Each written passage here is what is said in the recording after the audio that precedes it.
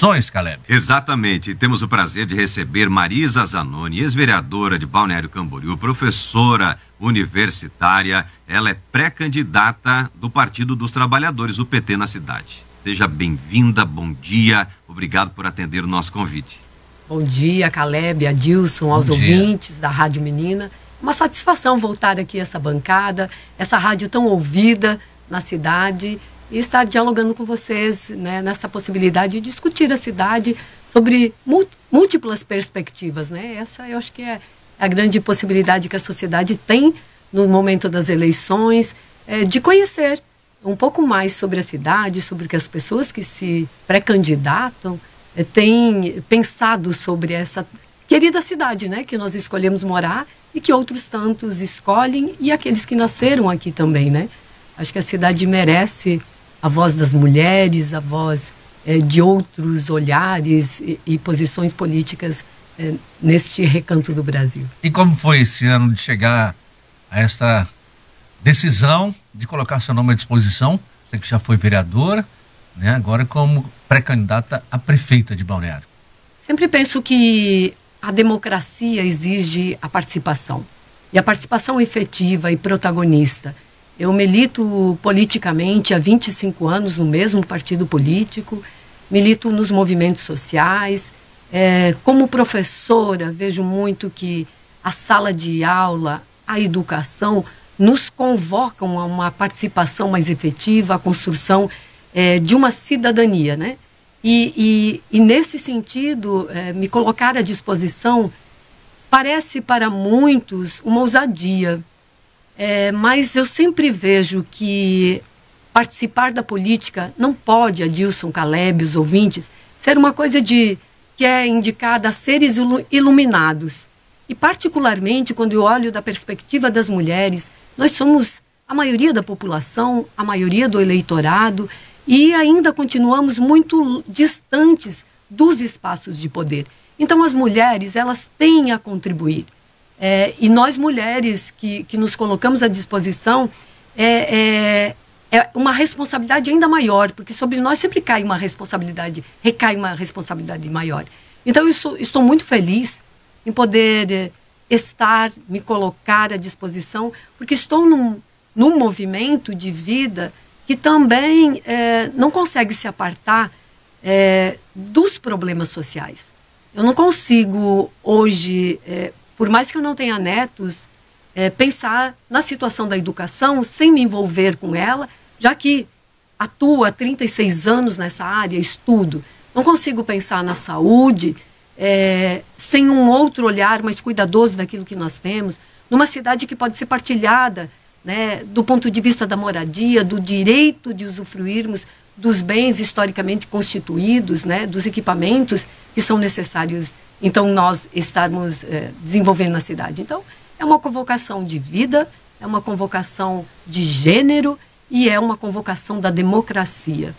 Já que és professora, me lembro muito bem de um diagnóstico que, juntamente com o vereador Robertinho,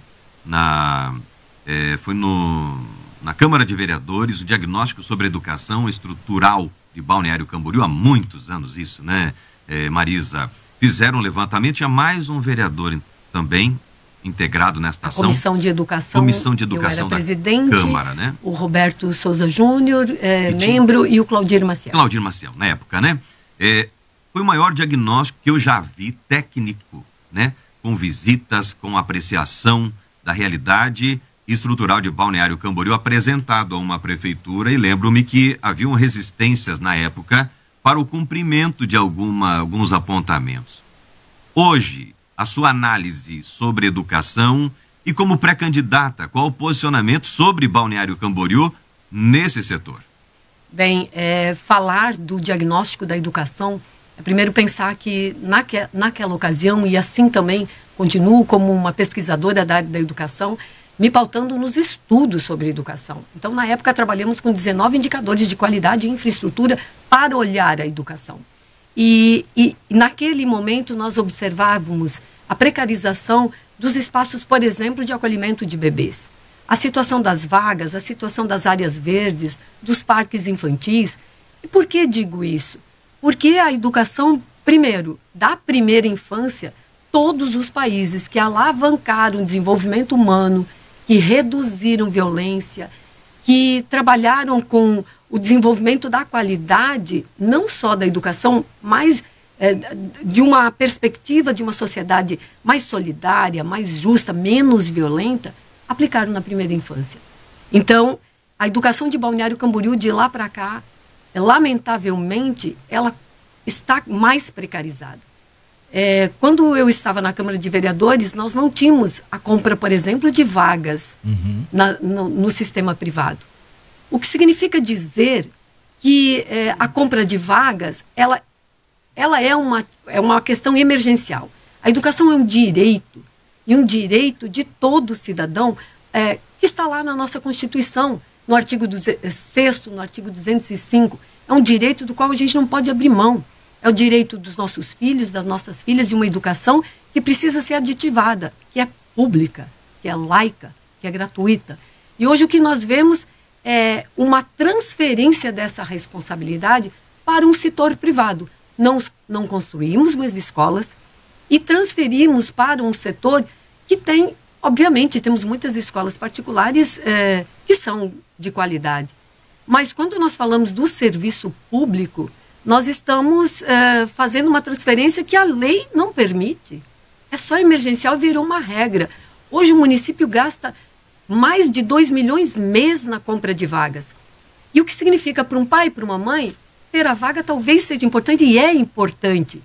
Agora, para aqueles que estudam a educação, e me parece que quem se propõe estar num espaço de poder, como é o poder executivo de Balneário Camboriú, precisa se dedicar mais, ao invés de fazer análises que eu julgo rasteiras ou incipientes, dizendo que é econômico. É econômico botar nossos meninos e meninas longe de casa, fora do seu bairro?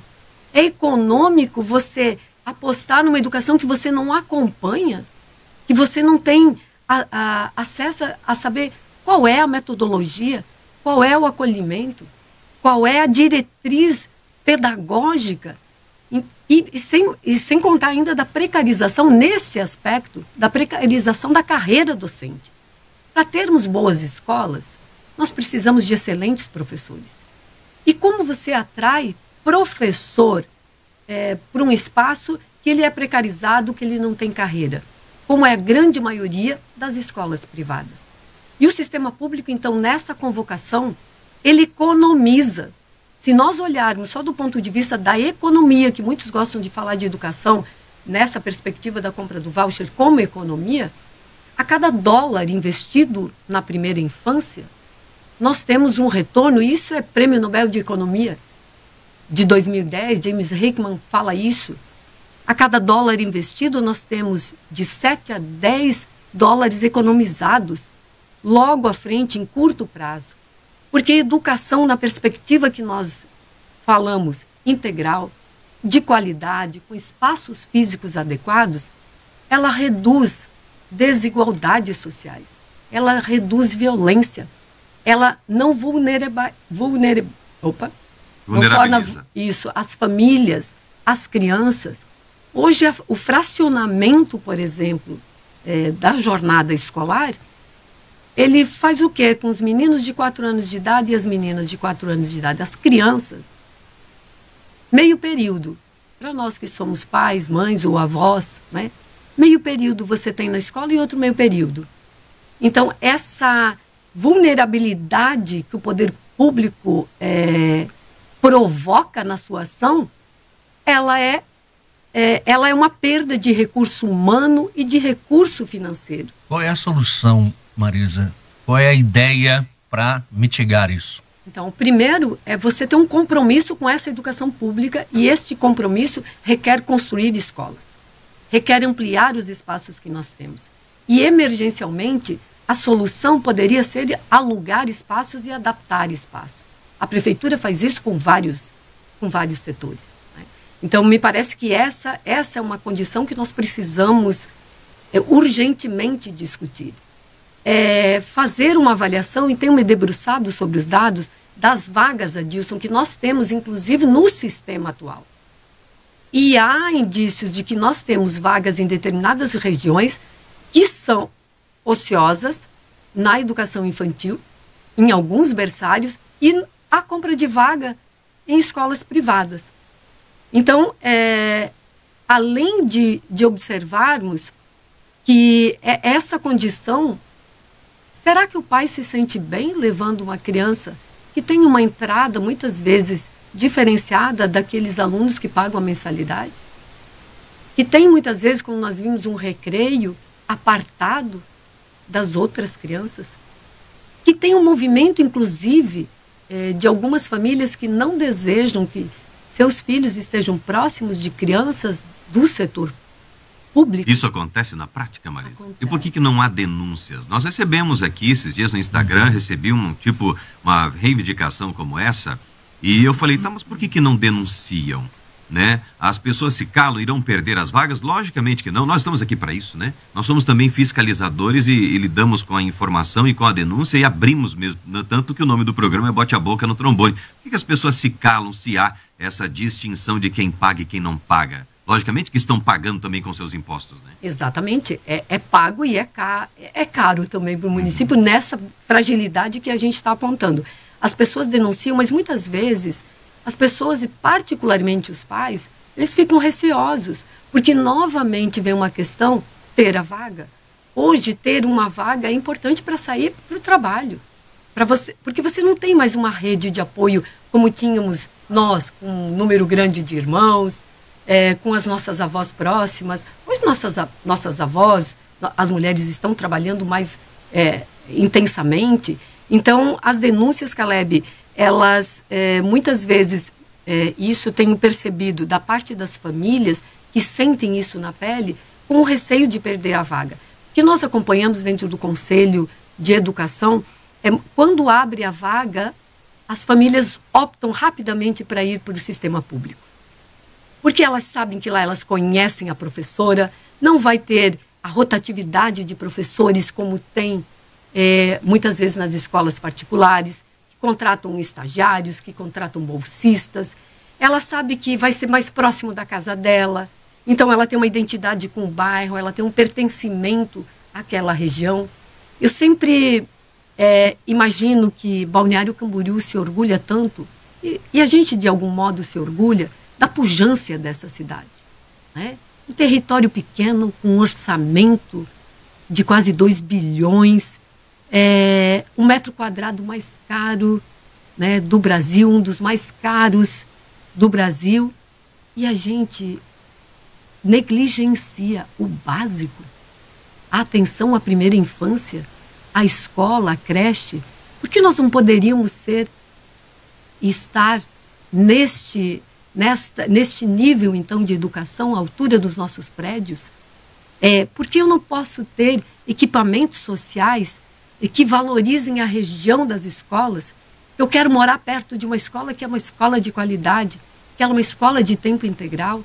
Então, essas questões precisam ser dialogadas. E aí, quando o Caleb, você e a Dilson trazem o Bote a Boca no Trombone, eu sempre penso que este programa, ele é como se fosse uma ouvidoria. É verdade.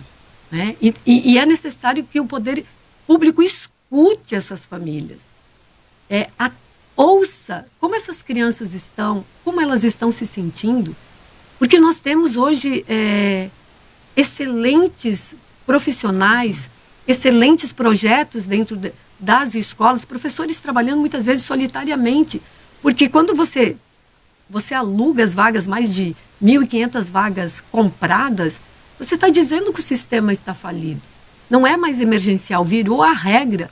Então, inclusive, isso é questão do Ministério Público já estar agindo sobre essa questão. Então, educação não pode ser retórica, queria só retomar aqui. Okay. Educação sempre é o discurso de todos os políticos, mas na prática ela está distanciada disso, né? 7h43, Marisa Zanoni, pré-candidata, conversando conosco, pré-candidata a prefeita de Balneário Camboriú.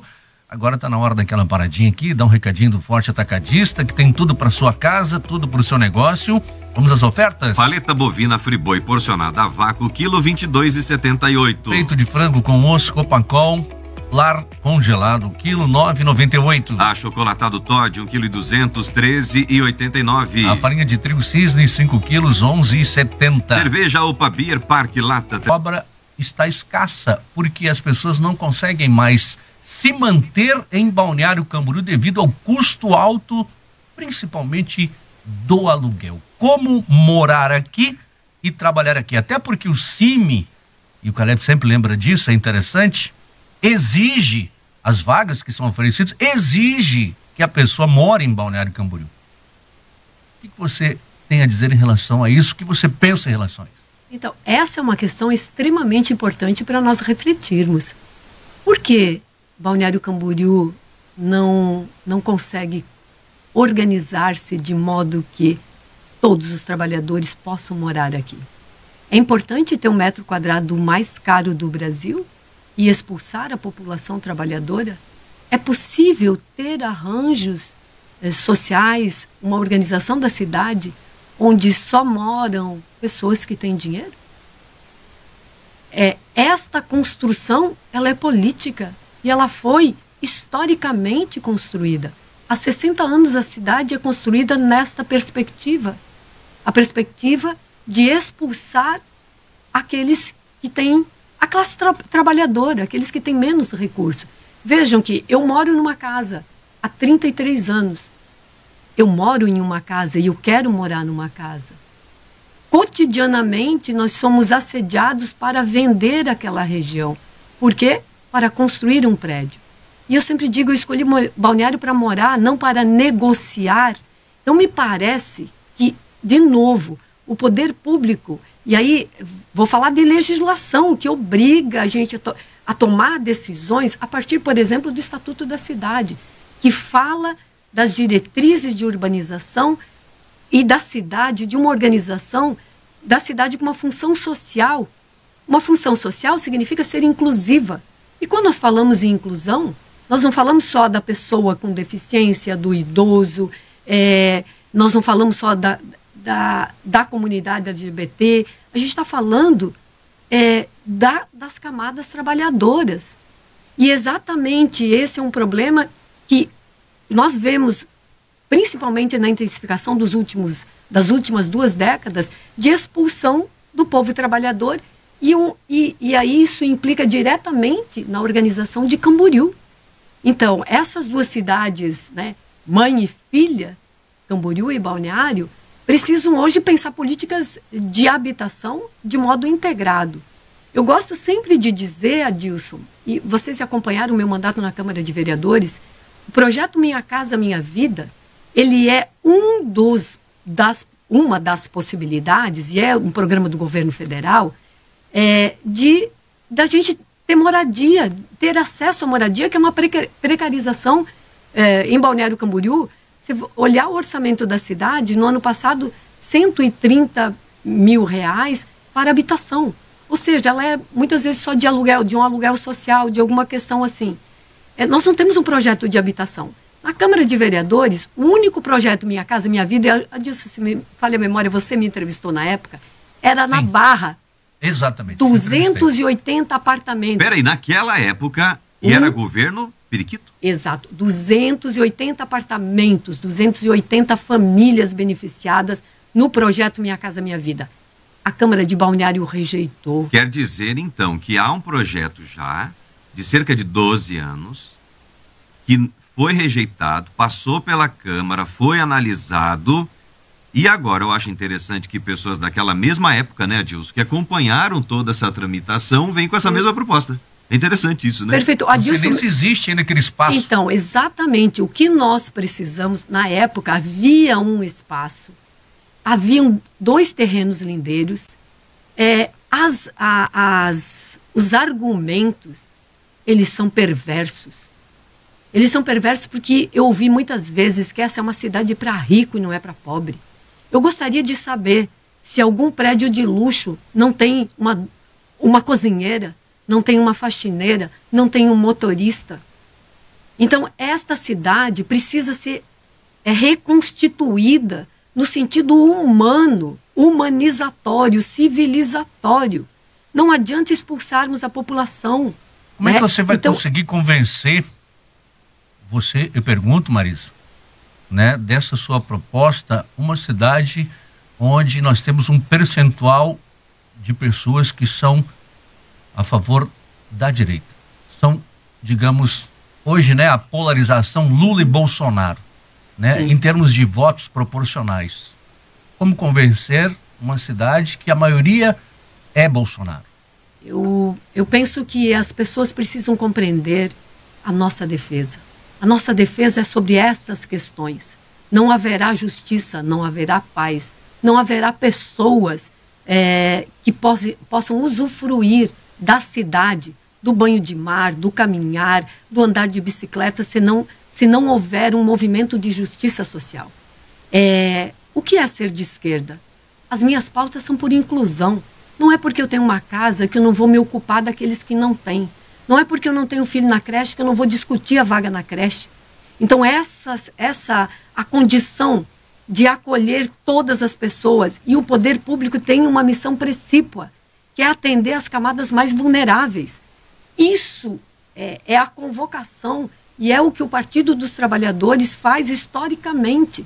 Então, quando nós temos uma discussão de esquerda no sentido atravessado, nós temos uma divisão social que não nos permite dialogar do ponto de vista da defesa, né? E ser de esquerda, então, é lutar por moradia, por educação de qualidade, é lutar pela escola pública, é lutar pela inclusão dos jovens no mercado de trabalho, na escola de tempo integral. E são esses programas que o governo federal tem restabelecido.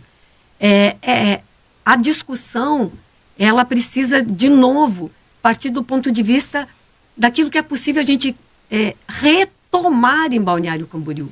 E esta é a missão que eu me coloco, no sentido de congregar boa parte da população que não está tomada pelo ódio e pela cegueira desse ódio divisor, né? Balneário Camboriú... De ambos os lados. Exato. Balneário Camboriú é uma cidade... Nós já fomos... O Partido dos Trabalhadores já foi vice-prefeito, com Arício Manuel Pereira e Leonel Pavan. O próprio atual prefeito era do PSB, Partido Socialista. Então, essas discussões... Balneário nunca foi de extrema-direita. Então, isso que nós precisamos convocar as pessoas a olharem mais generosamente para todas as camadas da sociedade. Vou pensar do ponto de vista da própria medicina. Quando nós temos vários doentes que chegam ao hospital e você precisa priorizar o atendimento, quem os médicos escolhem para priorizar? Os jovens. Os idosos, os jovens e aqueles que precisam mais. Se eu chegar com uma dor de barriga e alguém chegar acidentado, numa escala... mas se você chegar numa situação de necessidade, você vai ser atendido primeiro. É emergência. E o poder público tem essa função. Atender aqueles que mais necessitam. Porque as pessoas aquelas que têm condições, elas andam com as próprias pernas. E de novo, o Estatuto da Cidade vai falar, então, de organizar o território urbano de modo democrático. O plano diretor precisa ser trabalhado nessa perspectiva e não só pensar, Adilson, em quem vai comprar aquele terreno para vender mais caro aquele apartamento, que daqui a um pouco está inabitável porque não tem mais a mão de obra. Vamos buscar informações sobre esse projeto antigo, né, Adilson? É interessante, nós temos esses dados posteriormente à entrevista. Em relação à saúde, já estamos chegando ao final, temos um tempo com todos os pré-candidatos.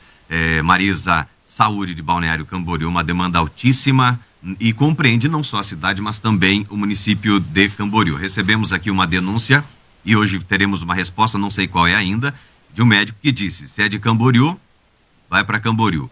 Se é de Balneário, interna. Isso é fazer distinção através do Sistema Único de Saúde, que é universal, que é totalmente contrário e é um assunto também para o Ministério Público a ser denunciado. O Hospital Ruth Cardoso, ele se tornou um hospital de porte regional.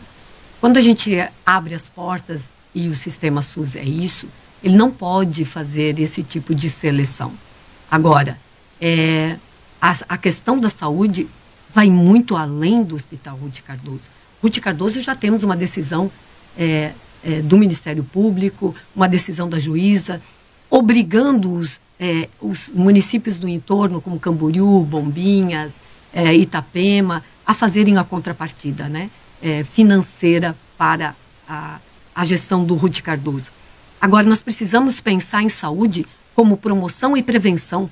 Eu participei, fui do Conselho de Saúde, participei de todas as conferências de saúde. Então, lá os trabalhadores da saúde dizem, e a legislação também diz, ao município cabe a atenção básica. Nós, às vezes, estruturamos a atenção básica para botar os recursos no Ruth Cardoso. Então, essa inversão é necessária. Hoje a gente tem um déficit de equipes de estratégia da família. E o que é a política de estratégia da família? A política que está no bairro. É o médico, é o enfermeiro, é a equipe que está lá no bairro conhecendo aquela família, acompanhando esse território. Nós desmobilizamos a assistência social com programas que eles são programas mais personalistas do que uma política pública de assistência social. Isso tem impacto na saúde. Então, não dá para pensar a saúde na porta do hospital. Nós temos que pensar a saúde nas UPAs, nós temos que pensar a saúde na estratégia da família, nós temos que pensar a saúde na prevenção. Na porta do hospital está lotado, né? Isso, a porta do hospital está lotada porque nós também desestruturamos o sistema. Então, dialogar com quem está lá na ponta, dialogar com os profissionais que nós já temos, reestruturar essas equipes, me parece uma tarefa fundamental. Vejam que só o fato de nós reduzirmos a taxa de vacinas, a gente tem doenças que voltaram, como a poliomielite. Então, nós precisamos, de novo, devolver aos profissionais a autoridade, equipar a atenção básica, que é a função principal do município. E, obviamente, trabalhar com a questão do Ruth Cardoso. Por que não refletir sobre a relação que o atual governo tem com o Jorginho Melo? É fácil viajar do lado do governador, mas e aqui? Qual é a atitude do governador em relação à responsabilidade que é do Estado? O governo federal faz repasse do SUS para o município. Então, qual é a função na segurança e na saúde que ela é do Estado, o que o Estado tem nos oferecido? Então, essas questões são questões políticas, são decisões políticas. E eu acredito que nós precisamos dialogar sobre essa perspectiva. E, novamente, promoção e prevenção é fundamental. Isso quem diz são os médicos que trabalham aqui, são as equipes de saúde que trabalham aqui, são as conferências que apontam a precarização, por exemplo, quando também a atenção básica é terceirizada, fragilizada com, muitas vezes, clínicas, que eu vou usar a palavra que foi usada na conferência de saúde, clínicas fajutas, que drenam o recurso público e lotam a porta do hospital. Muito bem, 8 em ponto. Marisa Zanoni, pré-candidata a prefeita de Balneário Camboriú. Esse era o nosso tempo com você hoje. Muito obrigado por estar conosco. Eu que agradeço a oportunidade de estarmos aqui, conversar com vocês, com a rádio, com os ouvintes dessa rádio que, como eu disse, é a voz de tantos, e que nós possamos pensar numa cidade justa, inclusiva, solidária e com a participação das mulheres. Muito obrigado, professora. Obrigado. A voz